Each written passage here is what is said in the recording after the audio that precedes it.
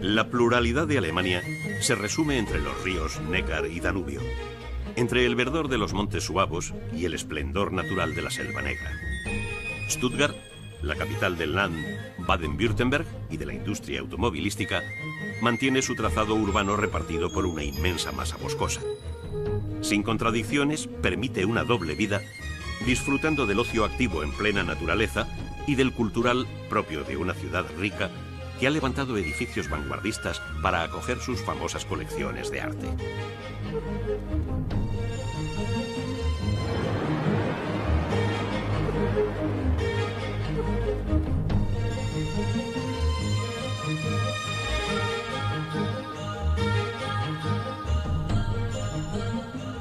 El río Neckar se convierte en la ruta del romanticismo clásico, donde los castillos y los templos góticos crean la ilusión de un tiempo pasado, acentuada por poblaciones medievales como Rottweil y Esslingen, y ciudades universitarias como Tubinga, unida para siempre a Hölderlin, el gran poeta romántico.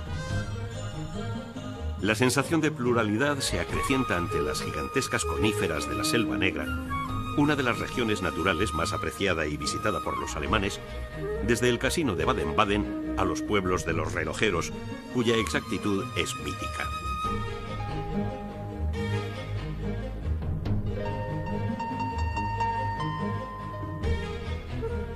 La mayor sorpresa del viaje la ofrece el nacimiento del Danubio y los primeros tramos de un río que orilla la catedral gótica de Ulm y la ciudad imperial de Regensburg, ya convertido en el gran eje cultural del centro de Europa.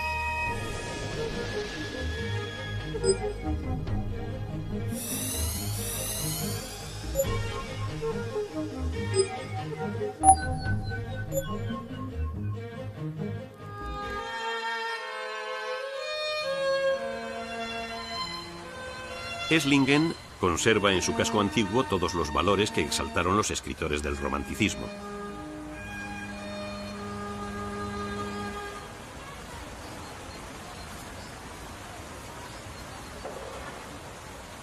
El pasado medieval que buscaban los románticos sobrevive en numerosas leyendas y tradiciones. Su estética se mantiene en las casas de entramado de madera. Intramuros guardan las anécdotas de sus ricos y libres habitantes, orgullosos de pertenecer a una ciudad imperial exenta de rendir vasallaje a la nobleza local.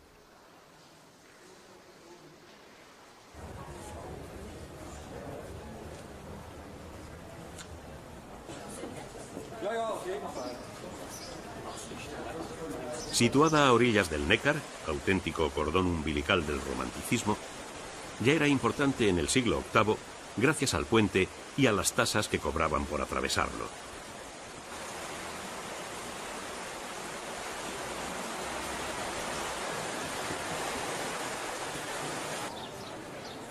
Porque la riqueza de Esslingen provenía de su situación estratégica en la ruta comercial que unía Flandes con Venecia.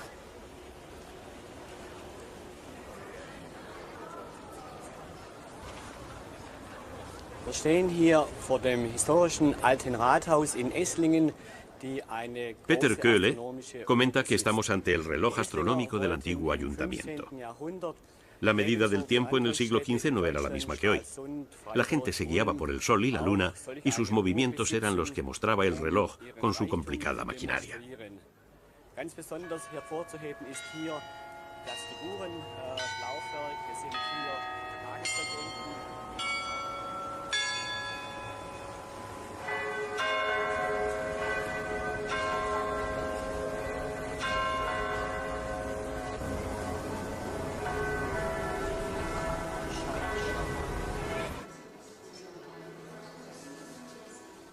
Volviendo a la tierra, la ciudad oculta un trazado subterráneo de túneles donde madura el vino. La cata aguarda en la casa Kessler, una auténtica institución de los caldos alemanes.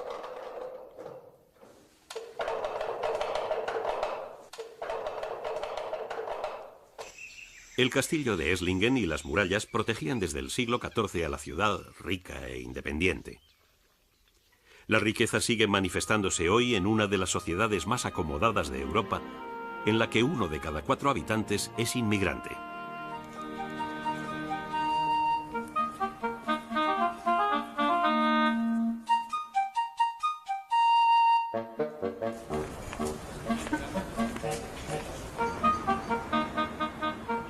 El Neckar continúa su recorrido por la próspera Suabia.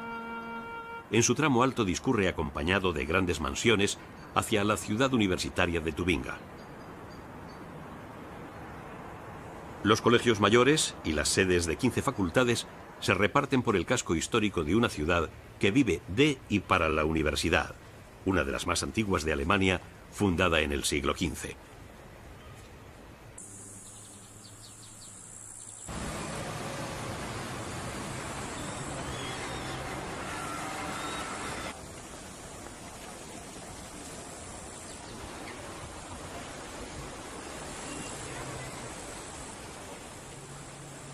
Pero la ciudad irreal perteneció por completo al gran poeta Friedrich Hölderlin, que la habitó durante 36 años. Su casa fortaleza se refleja en las aguas del Neckar, convertida en un museo conmemorativo. Fue el refugio de su atormentada existencia.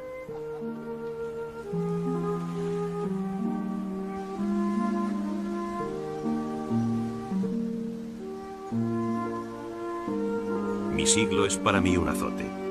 Yo aspiro a los campos verdes de la vida y al cielo del entusiasmo. Enterrad, oh muertos, a vuestros muertos.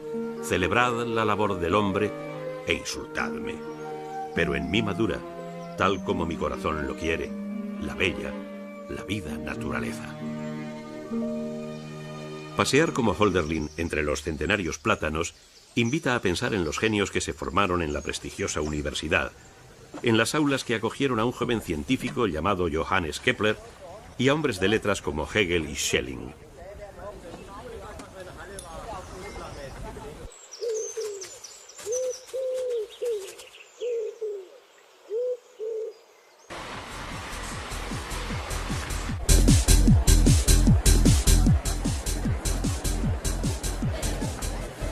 Con cerca de 25.000 estudiantes, la animación está asegurada a las orillas del Neckar. Estudiar y divertirse era un binomio que ya existía en el siglo XV, cuando las autoridades tuvieron que limitar el consumo de vino a medio litro por estudiante y día.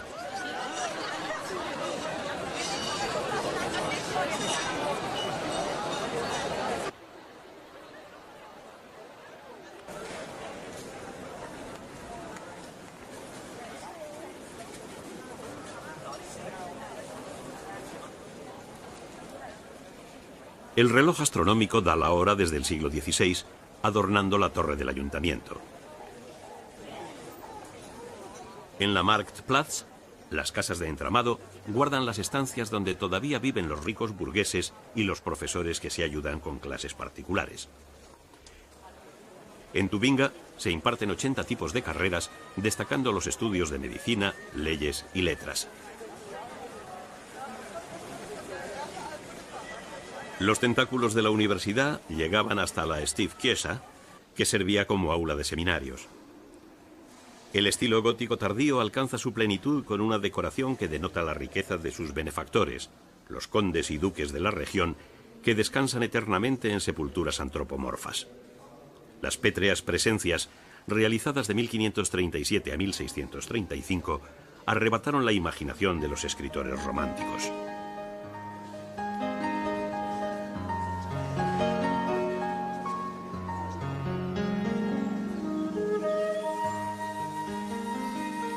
En los alrededores de Tubinga, el Jura suabo está repleto de monasterios y fortalezas. El castillo de Hechingen se alza como un emblema del romanticismo alemán. Cuando Federico Guillermo IV adquiere en 1850 el título de soberano de los principados de Hohenzollern, manda levantar este castillo sobre las ruinas heroicas de sus ancestros.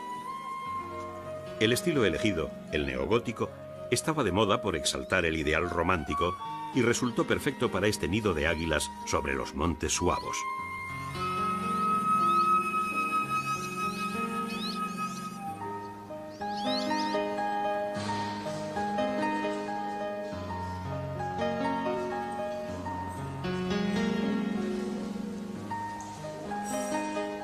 Las suntuosas salas acogen las colecciones reales depositadas por el príncipe Luis Fernando de Prusia, jefe de la Casa Real hasta finales del siglo XX, exhibiéndose la corona real de Prusia, entre otros tesoros.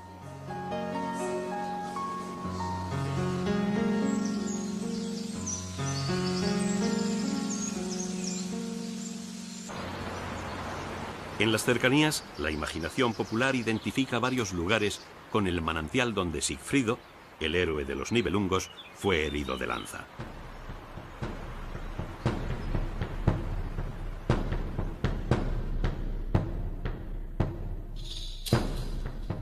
Todas las esencias medievales defendidas por el movimiento romántico se encuentran representadas en Rottweil.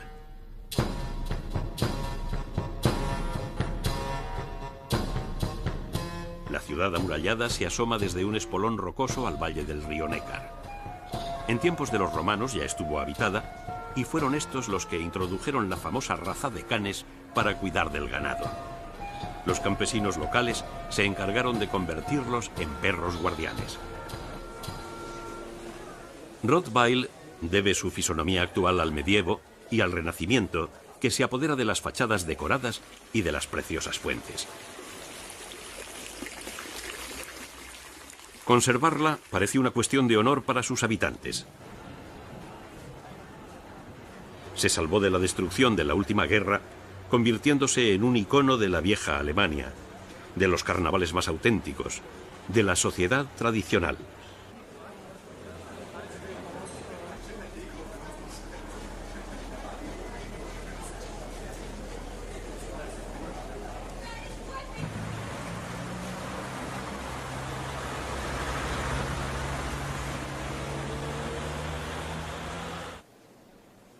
La iglesia de la Santa Cruz une a la ligereza del gótico el maravilloso conjunto de nervaduras que conforman el techo.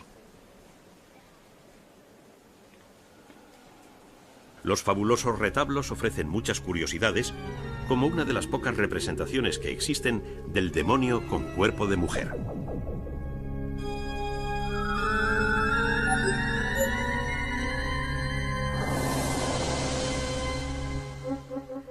La unión de lo sagrado y lo profano se refleja en las vidrieras de los gremios de Rottweil, una población situada en la opulencia entre los Vosgos suavos y la Selva Negra.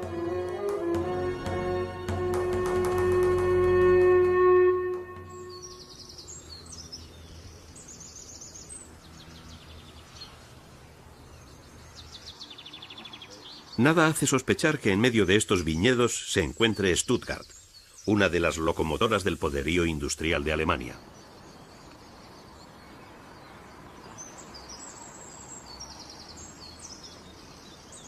En el valle del Neckar, el paisaje rural se ve levemente alterado por dos de las señas de identidad de Stuttgart: la factoría de la Mercedes-Benz y el estadio de fútbol de la Copa del Mundo, integrados sin contradicciones con la naturaleza.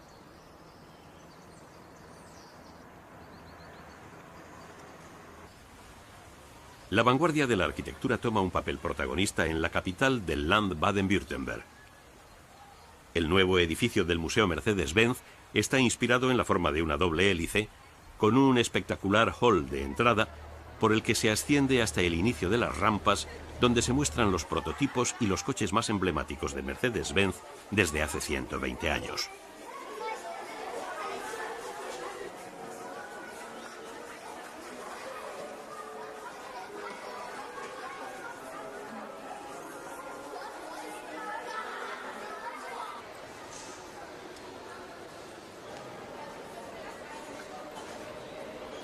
El edificio de 9 plantas de acero y cristal ha sido firmado por el estudio Amsterdam Van Berkel and Bosch.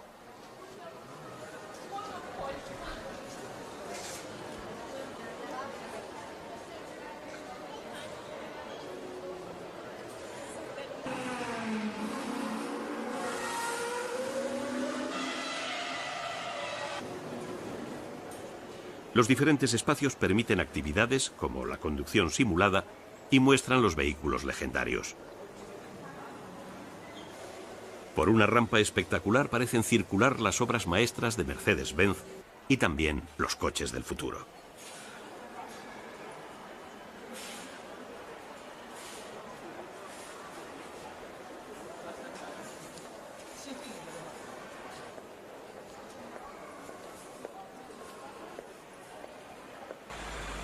El elogio de la arquitectura moderna recibe a los pasajeros del aeropuerto de Stuttgart, cuyas terminales tienen las cubiertas con elementos sustentantes que semejan ramas de árboles.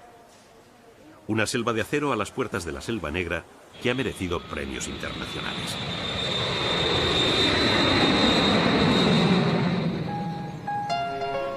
La ciudad de la alta tecnología ha apostado por ofrecer a sus 500.000 habitantes una forma de vida cercana a la naturaleza, con el 54% de su superficie dedicada a zona verde. Sus barrios ocupan 200 kilómetros cuadrados y están repartidos por los bosques. Una zona recreativa, la U Verde, sirve de nexo de unión de la trama urbana a través de una serie de parques unidos que alcanzan los 8 kilómetros de longitud.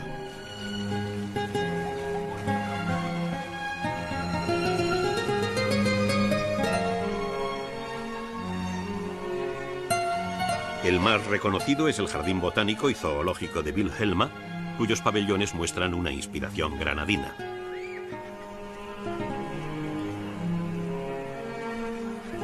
Tres plazas contiguas articulan el casco histórico, el corazón de la vida urbana.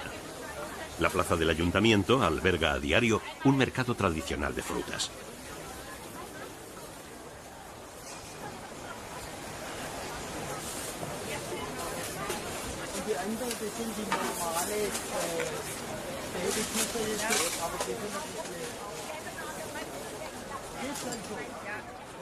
La Stiftskirche preside la plaza contigua con una torre que no puede ser superada por ningún edificio de la ciudad.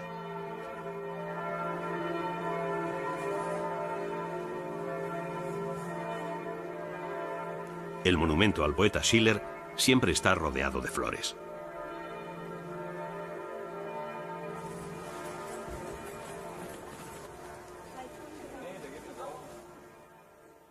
Frente al monumento, el Altes Schloss, el castillo antiguo, guarda un patio renacentista considerado una obra de arte excepcional.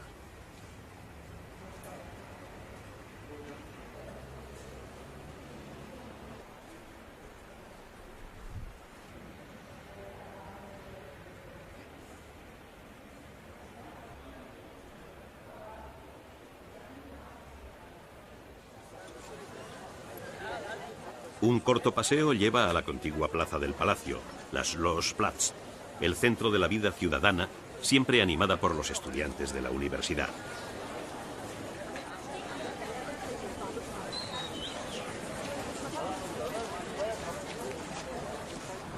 La fachada barroca del Neues Schloss, el Palacio Nuevo que fue construido para residencia de los reyes de Württemberg, define la grandiosa perspectiva de la plaza, escenario de todos los acontecimientos de la ciudadanía.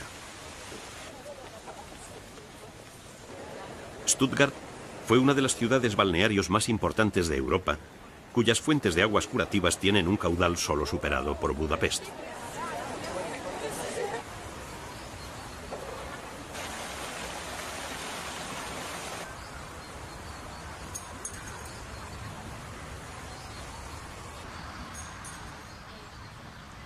El Teatro Nacional de Stuttgart alberga en la actualidad a las compañías de ópera y de ballet, dos instituciones de renombre internacional.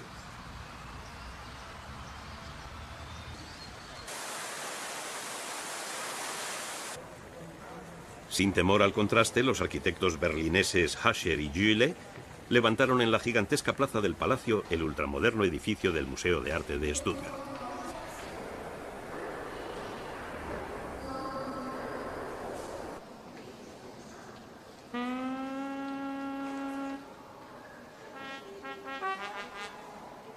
Entre las colecciones de arte actual, el museo venera a Otto Dix, el pintor que supo plasmar con su rico cromatismo la expresión del desgarro y de la decadencia de la sociedad de entreguerras.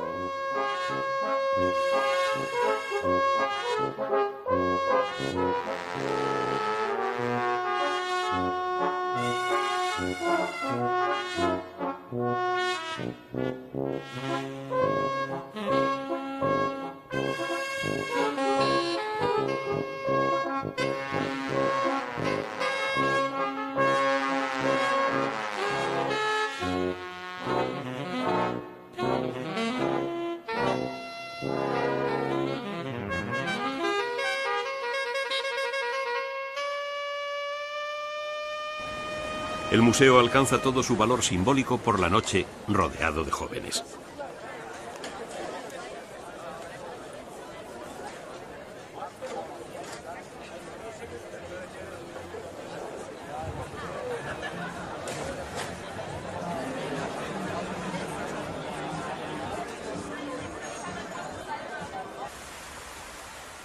En la Galería Nacional de Stuttgart, el nuevo estilo arquitectónico se integra al antiguo neoclásico.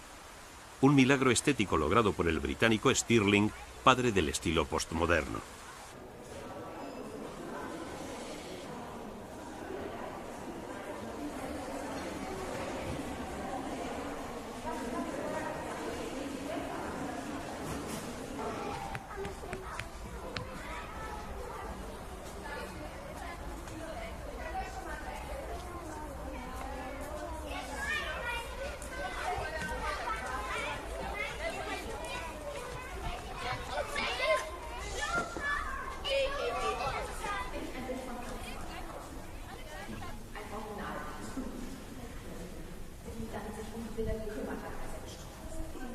La galería posee un fondo destacable de arte clásico y colecciones fabulosas de arte contemporáneo.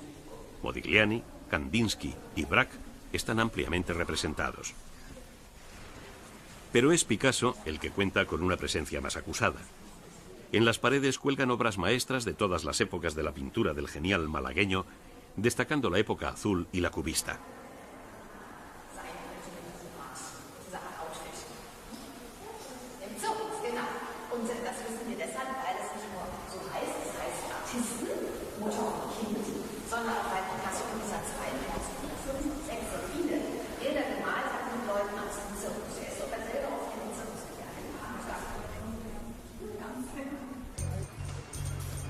El barrio húmedo de Stuttgart es conocido como el barrio de las judías. Tabernas y restaurantes populares se encargan de que siempre esté animado. La taberna más antigua de la ciudad, la Weinstube zur Kiste, sirve sus cuartillos del rico vino autóctono como hace cientos de años.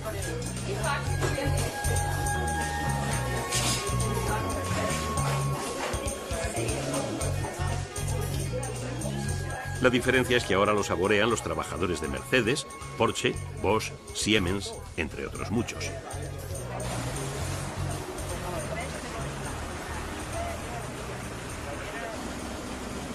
Pero el vecino más influyente fue Hegel.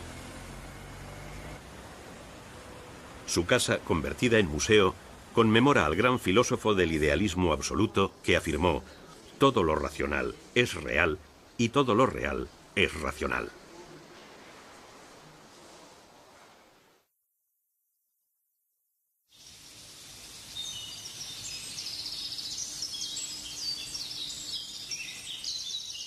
La vida a pleno pulmón logra su sentido más tradicional en la Selva Negra, un conjunto de valles, lagos de origen glaciar y gigantescas masas arbóreas de píceas que en las zonas de umbría alcanzan sus tonalidades más oscuras. Todo un lujo para un país considerado la locomotora económica de Europa y para sus industriosos habitantes, que pueden aquí practicar un ocio absolutamente activo en centros vacacionales como el del lago Mummelsee.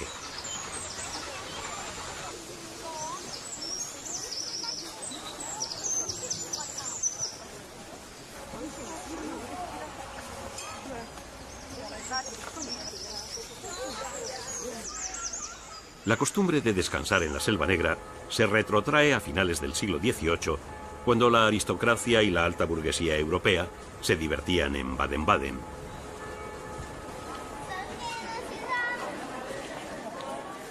La reina Victoria, el zar Alejandro o Bismarck eran veraneantes asiduos de una ciudad que, desde la llanura del Rin, se interna en la Selva Negra con 500 kilómetros de senderos. En cada rincón surge una anécdota protagonizada tal vez por el príncipe de Gales, futuro Eduardo VII disfrazado de fantasma, o por el rey de Prusia, que se salvó de un atentado. Baden-Baden refleja el paso del tiempo, que ha dejado por igual un hálito de añoranza y un velo de decadencia que vuelve todavía más atractiva a la ciudad. Otros sibaritas habían descubierto antes su suave clima y los manantiales termales de 69 grados centígrados. Desde los años 70 a.C., los romanos acudían a tomar las aguas curativas a las termas, llamadas de Caracalla, después de la visita del emperador. Los hoteles Belle Époque, las boutiques de lujo, el Teatro de la Ópera y el Gran Casino muestran el esplendor de un tiempo idealizado por pintores y escritores.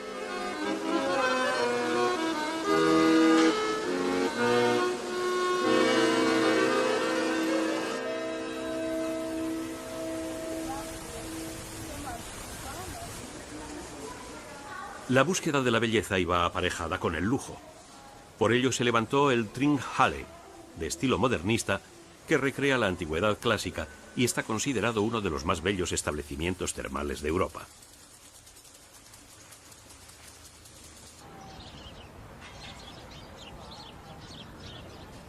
Los viajeros decimonónicos crearon escuela porque atendían tanto a su cuerpo como a su espíritu. En el Teatro de los Festivales Internacionales se siguen programando los más prestigiosos montajes operísticos y los conciertos de la Fundación Herbert von Karajan. Un mundo de lujo que giraba en torno al Gran Casino de estilo francés.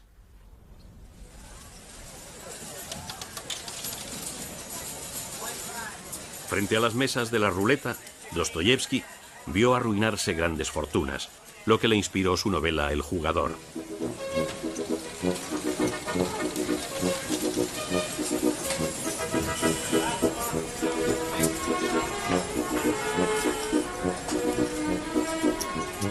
Nada ha cambiado, y la decoración responde al piropo dicho por Marlene Dietrich, según el cual era el casino más hermoso del mundo.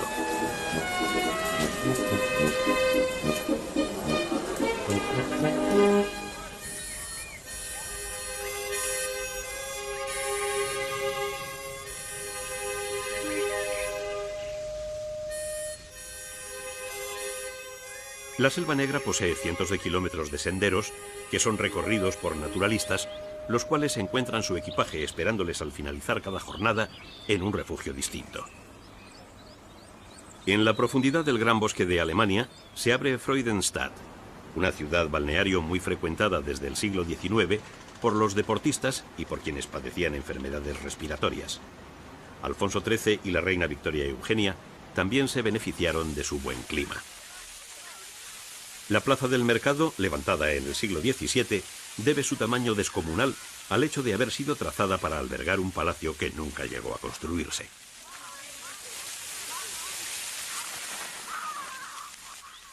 En una de sus esquinas se alza una auténtica rareza, una iglesia protestante en forma de L. El arquitecto mató dos pájaros de un tiro porque logró integrarla de manera unitaria en la plaza y que hombres y mujeres se presentaran ante Dios por separado.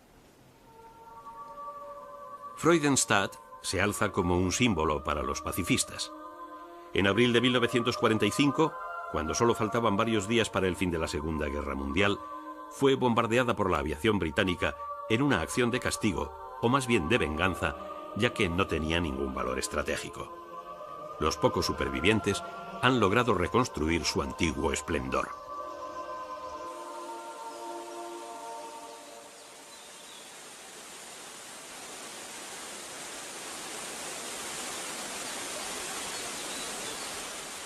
En busca de los hitos geográficos de la Selva Negra, se llega a la cascada de Triberg, la más alta de Alemania. En la garganta granítica, el agua del río Gutach salva un desnivel de 163 metros, desplomándose en 7 saltos majestuosos que pueden observarse desde 3 rutas.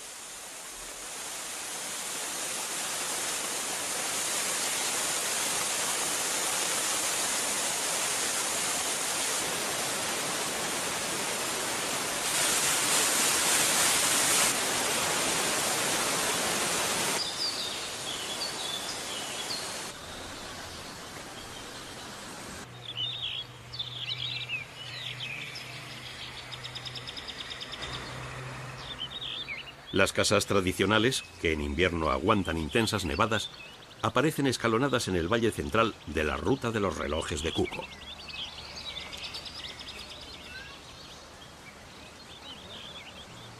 Las tiendas de Triberg son conocidas en medio mundo porque el 90% de sus ventas las hacen por Internet.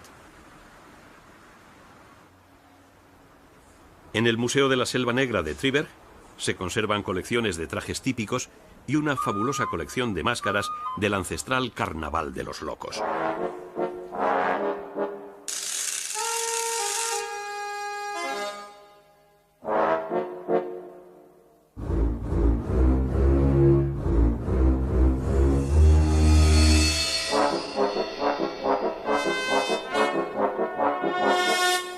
Los relojes de cuco, que comenzaron a fabricarse a mediados del siglo XVII en la Selva Negra, cuelgan en los muros profusamente decorados con un sinfín de piezas móviles y musicales. Viéndolos nadie puede dudar del gusto por la exactitud y el orden de los lugareños, pero también de una existencia alegre y sencilla. Hier sind Sie in Schonach, im Schwarzwald. Früher haben die Bauern die Uhren hergestellt. Joseph Dold comenta: estamos en Schonach, en la Selva Negra.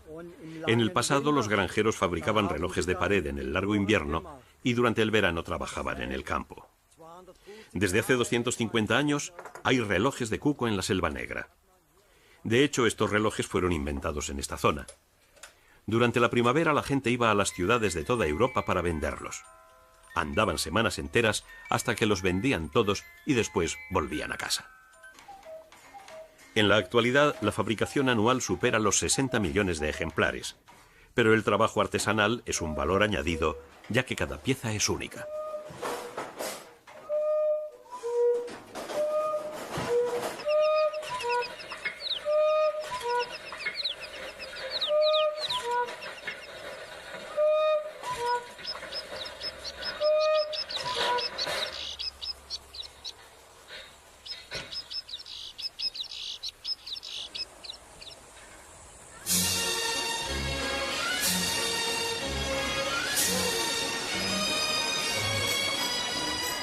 La torre de la Catedral de Friburgo se eleva 116 metros para pregonar la riqueza de la capital de la Selva Negra.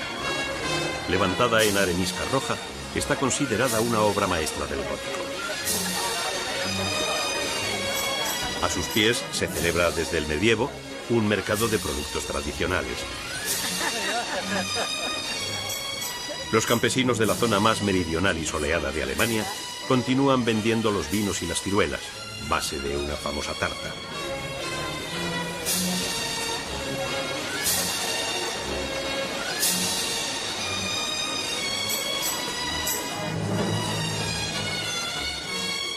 La plaza ha sido reconstruida con edificios que alternan el gusto medieval y el barroco. Destaca la Kaufhaus, la casa de los comerciantes, adornada con las efigies de Maximiliano, de su hijo Felipe el Hermoso y de su nieto Carlos V.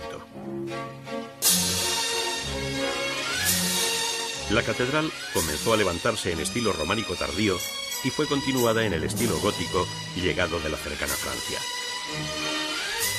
También llegó el gusto por la decoración, sobre todo en las portadas con ricos conjuntos escultóricos.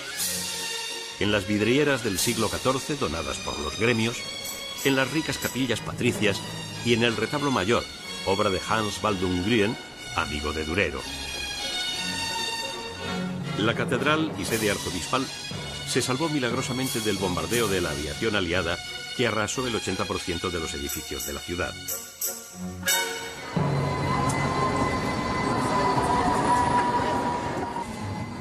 Sin embargo, los habitantes de Friburgo son gente optimista y alegre.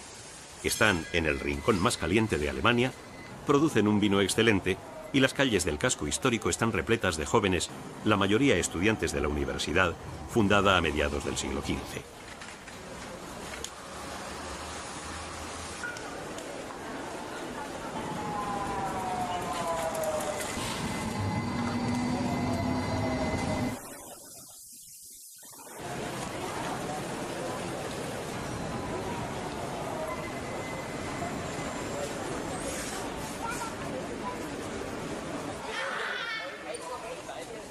La fiebre de la reconstrucción fue tan exhaustiva que incluso llega al pavimento, realizado como antaño con las piedras del Rin y manteniendo los antiguos canales que recogían el agua de la lluvia. Hoy sirven para refrescarse los pies y para dejar claro que la reconstrucción ha sido total.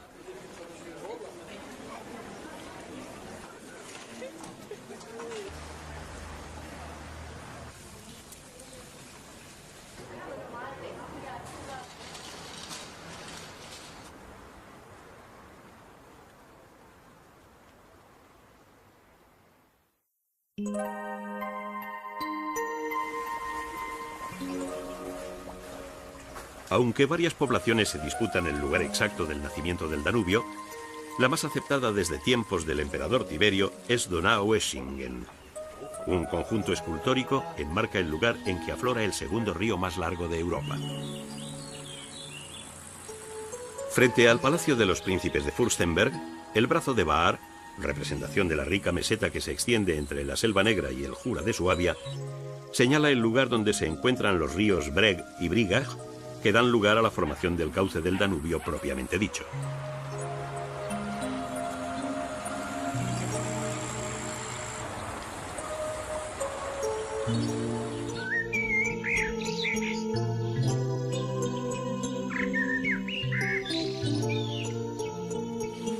La morfología del terreno es muy compleja, ya que la caliza jurásica está sometida al fenómeno kárstico con numerosas grutas y cursos de aguas subterráneos.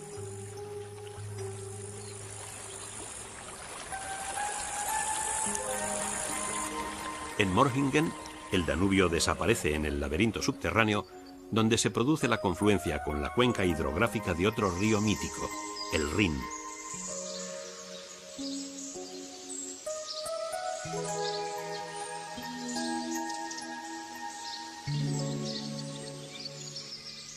Si en la canción de los Nibelungos los dos ríos se enfrentan, los geólogos han conseguido demostrar que es una confrontación fratricida, pues mezclan sus aguas al nacer como hermanos gemelos.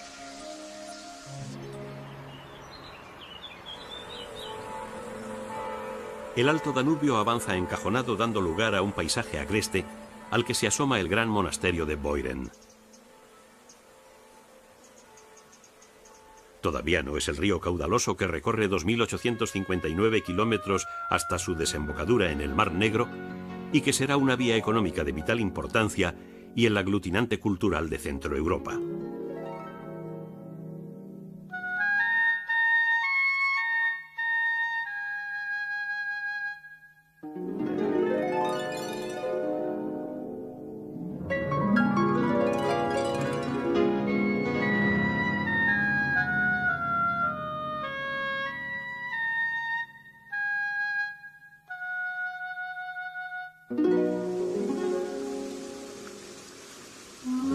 El Danubio, al que Hölderlin llamaba el río de la melodía, el camino que unía Europa y Asia, era para el gran poeta el río fundamental de la nación alemana, un río donde seguían habitando los dioses antiguos.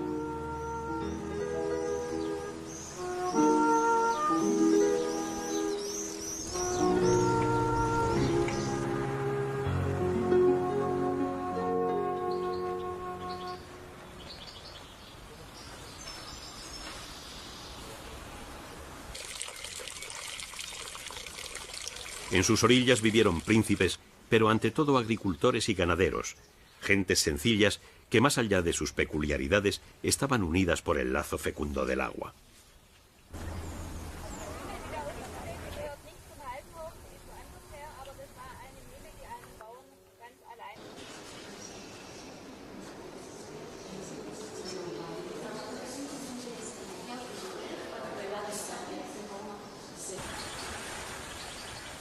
A las afueras de Tuttlingen, el director del Museo Etnográfico, Walter Knittel, explica. Nos encontramos en el Museo al aire libre de Neuhausen-Obeck, en el área del Alto Danubio, donde nosotros intentamos desarrollar el turismo. Este museo nos enseña la vida de la gente hace 100 y 150 años en esta región, y también nuestras raíces y el comienzo de nuestra industria. Nosotros tratamos de dar a conocer nuestra región con la ayuda de las instituciones culturales y el deporte al aire libre.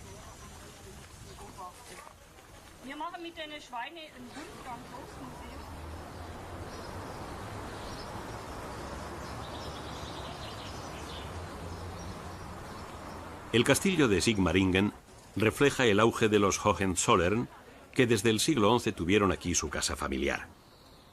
Los príncipes se relacionaron con los países danubianos de tal manera que incluso uno de sus miembros se convirtió en el rey Carlos I de Rumanía.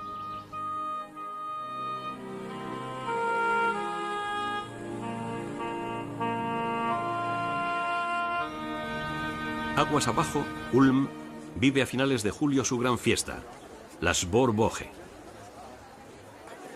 Competiciones de remo, luchas en barcas, desfiles y mucha cerveza y salchichas invitan a celebrar.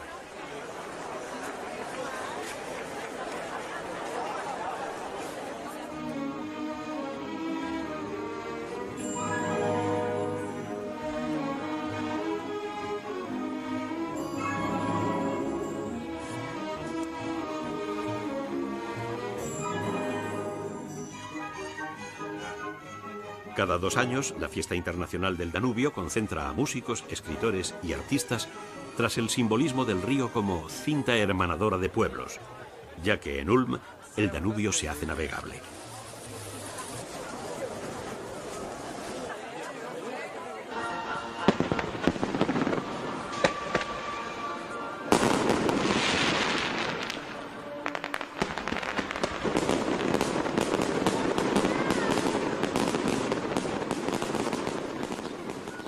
La fiesta arranca en la Casa del Juramento. Desde su balcón, los alcaldes llevan más de 6 siglos comprometiéndose a ser hombres justos sin ninguna reserva en todas las cosas, iguales, comunes y honradas.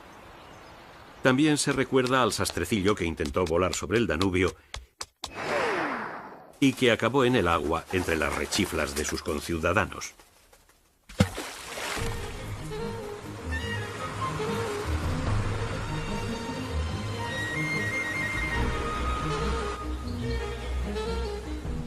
Las murallas, habilitadas como paseo, y el barrio de los pescadores, llamado la Pequeña Venecia, tuvieron entre sus numerosos admiradores al escritor Günter Grass.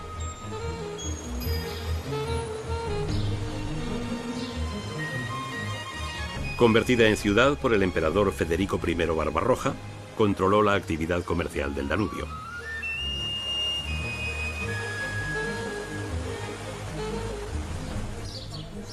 El divertido gorrión, protagonista de un cuento tradicional, se ha convertido en la mascota de Ulm e invita a seguirle por el casco antiguo y recordar que las casas medievales albergaron a los gremios.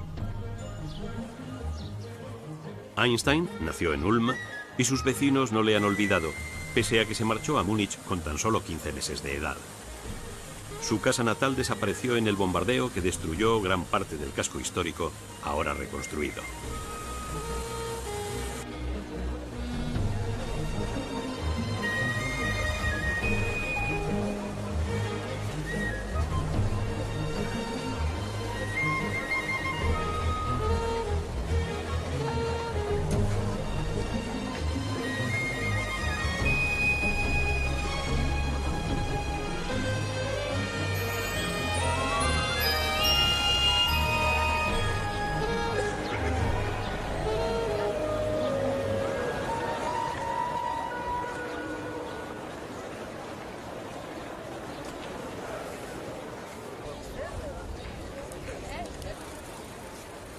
La que sí se salvó fue la catedral.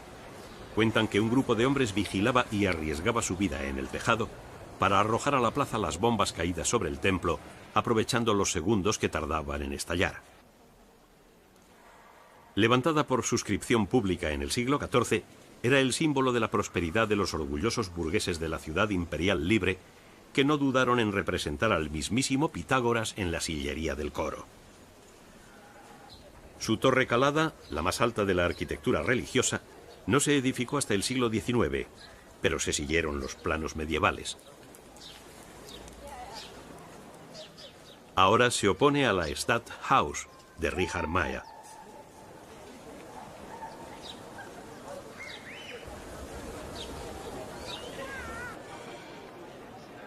La fachada del ayuntamiento también contrasta con la pirámide de la nueva biblioteca. Una estética de opuestos que se repite en una ciudad, sede de la escuela de diseño Hochschule für Gestaltung, heredera de la Bauhaus.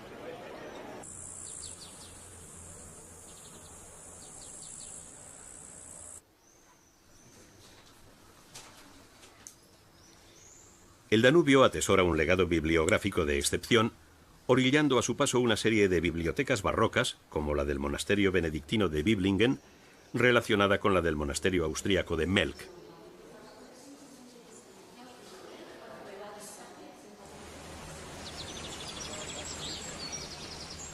La culta Ulm, la ciudad científica, universitaria e industrial, cuyo viejo lema es tradición y riesgo, posee una población muy comprometida con los temas ecológicos.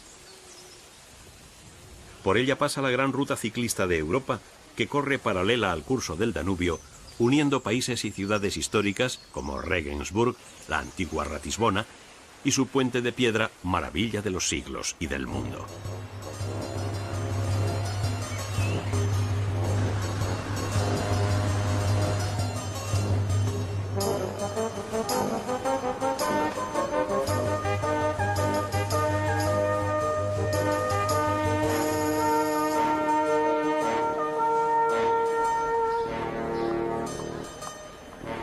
Claudio Magris contempla la ciudad como una cadena de nostalgias referidas a un tiempo mejor. Seguramente porque fue un centro vital del Sacro Imperio Romano Germánico, que no era otra cosa que la pura nostalgia del concepto universalista del Imperio Romano al que perteneció Regensburg. Sus relaciones económicas con lugares tan distantes como Kiev y Venecia le han procurado una impronta compleja. Destaca la influencia italiana, reflejada en una serie de plazas que afirman el concepto de ciudad-salón repleta de ausencias.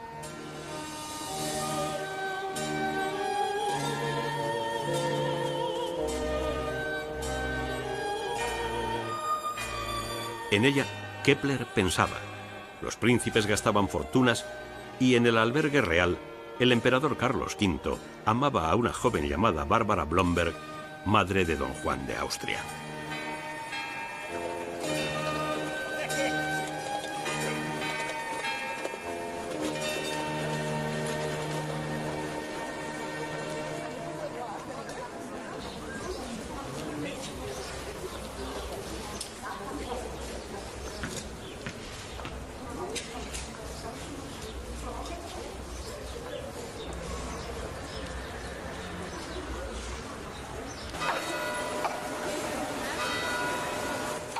En la plaza de Kohlenmark, el viejo ayuntamiento guarda la sala de los príncipes electores. En torno a la mesa, cubierta siempre por un tapete verde, se reunían para discutir a puerta cerrada y escribir la historia desde un presente absoluto. La sala de la dieta imperial recuerda la presencia de príncipes, obispos y enviados de las ciudades imperiales que acudían a la llamada del emperador. Se multiplican las ausencias, las historias borradas por el tiempo. Y permanece el mensaje labrado en la piedra. Debían saberlo los hombres medievales que dejaron su testimonio en la joya inmensa de la Catedral de San Pedro, en la pureza estilizada del gótico.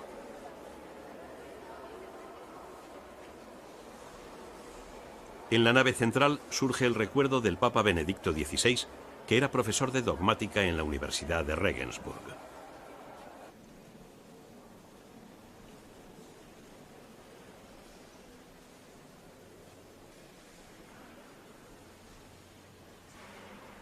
El ángel de la Anunciación, del maestro Erminoldo, hace un guiño humorístico desde el siglo XIV.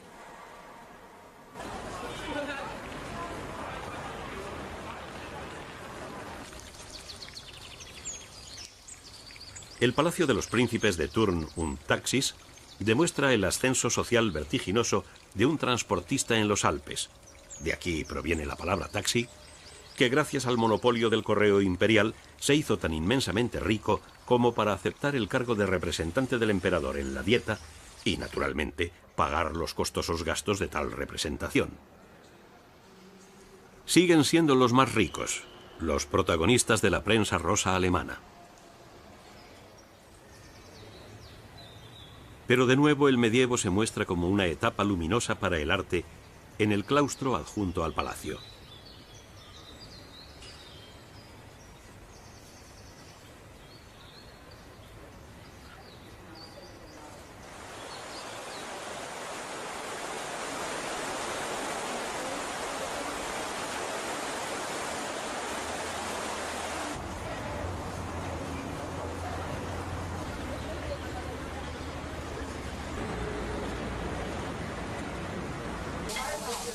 A diario, Desde hace cientos de años, la taberna junto al puente de piedra ofrece salchichas, cerveza y vitalidad.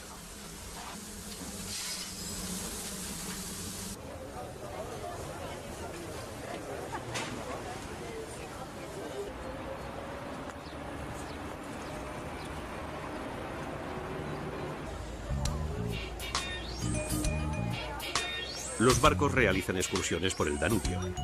Atrás queda la capital de la Suabia Oriental, la ciudad de la gran universidad científica, de la biotecnología, de los microchips y de los BMW.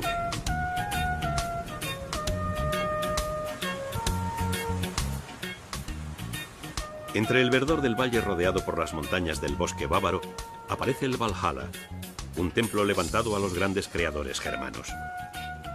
Responde a la exaltación del romanticismo propia de Luis I de Baviera, quien tras un viaje a Grecia quiso levantar un templo helénico para simbolizar el sueño de una simbiosis entre Alemania y la antigua Grecia. Como dice Claudio Magris, los germanos, descendientes de los antiguos dorios, debían ser los griegos de la nueva Europa, darle a esta una nueva cultura universalmente humana como la Hélade se la había dado al mundo antiguo. Pero todo quedó en una utopía irrealizable, aunque el rey consiguió colocar a su hijo Otto en el trono de Grecia. Definitivamente, el Danubio ha dejado atrás su juventud y se ha transformado en un transmisor de la cultura, en una vía económica, en un cinturón plateado de sueños y anhelos de la vieja Europa.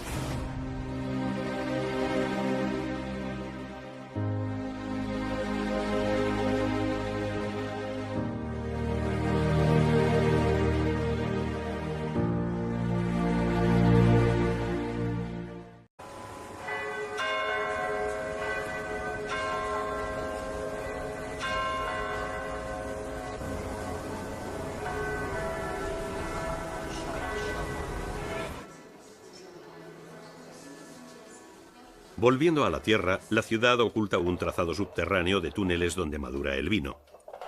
La cata aguarda en la casa Kessler, una auténtica institución de los caldos alemanes.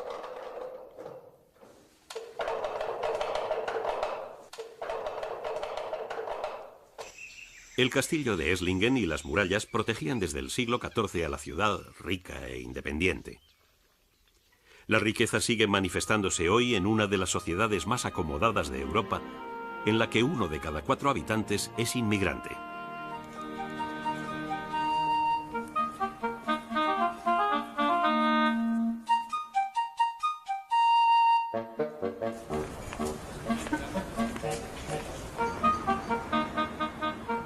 El Neckar continúa su recorrido por la próspera Suabia. En su tramo alto discurre acompañado de grandes mansiones hacia la ciudad universitaria de Tubinga. Los colegios mayores y las sedes de 15 facultades se reparten por el casco histórico de una ciudad que vive de y para la universidad, una de las más antiguas de Alemania, fundada en el siglo XV.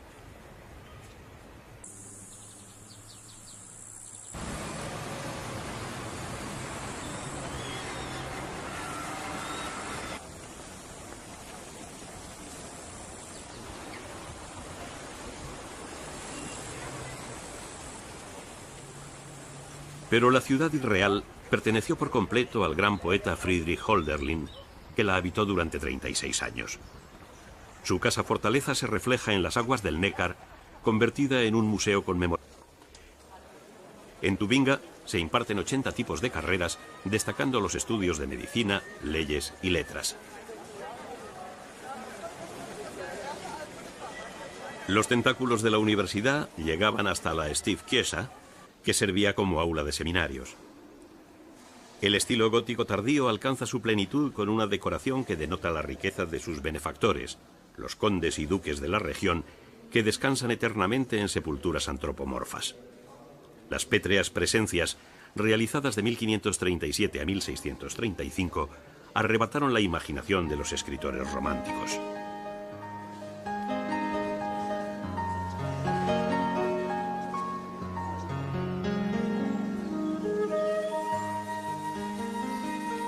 En los alrededores de Tubinga, el Jura suavo está repleto de monasterios y fortalezas. El castillo de Hechingen se alza como un emblema del romanticismo alemán. Cuando Federico Guillermo IV adquiere en 1850 el título de soberano de los principados de Hohenzollern, manda levantar este castillo sobre las ruinas heroicas de sus ancestros. El estilo elegido, el neogótico, estaba de moda por exaltar el ideal romántico y resultó perfecto para este nido de águilas sobre los montes suavos.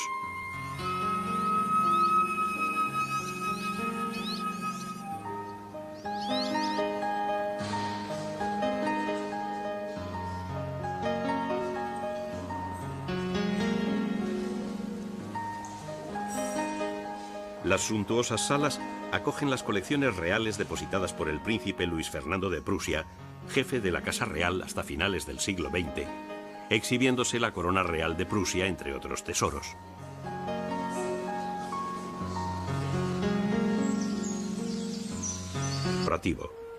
Fue el refugio de su atormentada existencia.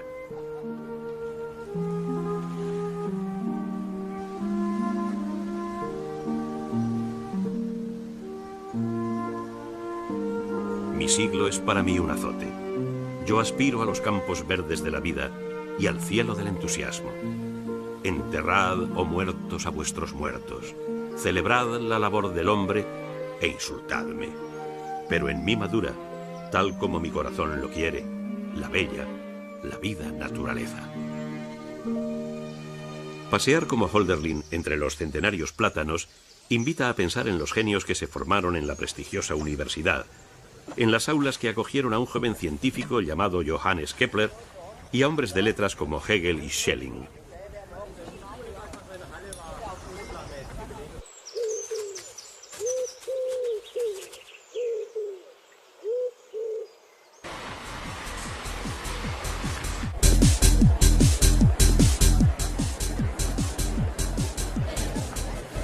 Con cerca de 25.000 estudiantes, la animación está asegurada a las orillas del Neckar.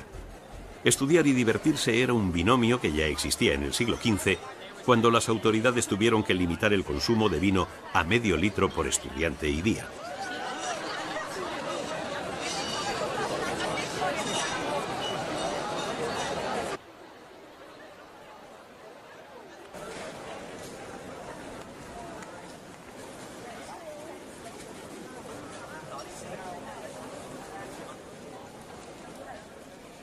El reloj astronómico da la hora desde el siglo XVI, adornando la torre del ayuntamiento. En la Marktplatz, las casas de entramado guardan las estancias donde todavía viven los ricos burgueses y los profesores que se ayudan con clases particulares. La pluralidad de Alemania se resume entre los ríos Neckar y Danubio, entre el verdor de los montes suavos y el esplendor natural de la Selva Negra. Stuttgart, la capital del Land Baden-Württemberg y de la industria automovilística, mantiene su trazado urbano repartido por una inmensa masa boscosa. Sin contradicciones, permite una doble vida, disfrutando del ocio activo en plena naturaleza y del cultural propio de una ciudad rica que ha levantado edificios vanguardistas para acoger sus famosas colecciones de arte.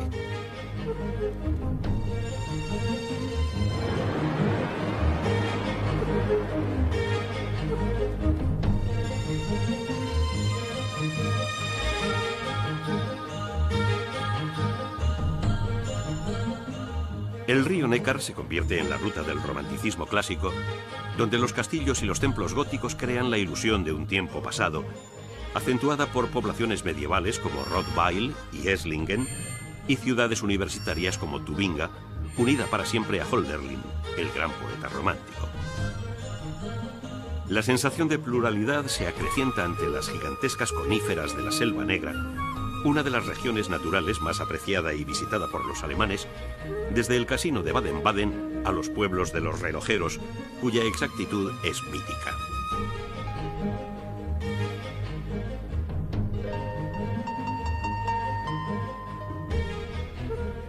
La mayor sorpresa del viaje la ofrece el nacimiento del Danubio y los primeros tramos de un río que orilla la catedral gótica de Ulm y la ciudad imperial de Regensburg, ya convertido en el gran eje cultural del centro de Europa.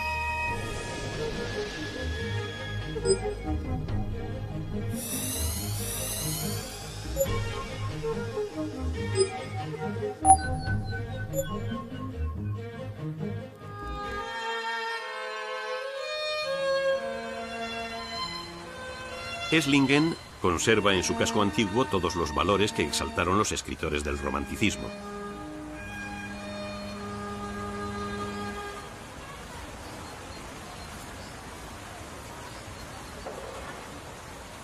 El pasado medieval que buscaban los románticos sobrevive en numerosas leyendas y tradiciones. Su estética se mantiene en las casas de entramado de madera. Intramuros guardan las anécdotas de sus ricos y libres habitantes, orgullosos de pertenecer a una ciudad imperial exenta de rendir vasallaje a la nobleza local.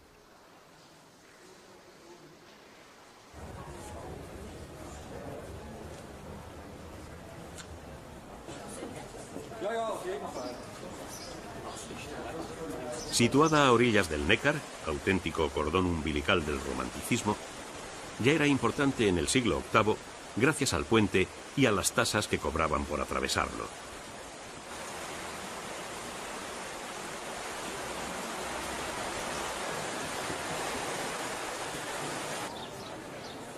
Porque la riqueza de Esslingen provenía de su situación estratégica en la ruta comercial que unía Flandes con Venecia.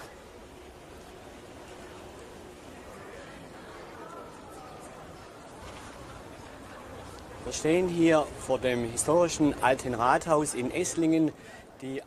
Peter Köhle comenta que estamos ante el reloj astronómico del antiguo ayuntamiento. La medida del tiempo en el siglo XV no era la misma que hoy. La gente se guiaba por el sol y la luna y sus movimientos eran los que mostraba el reloj con su complicada maquinaria.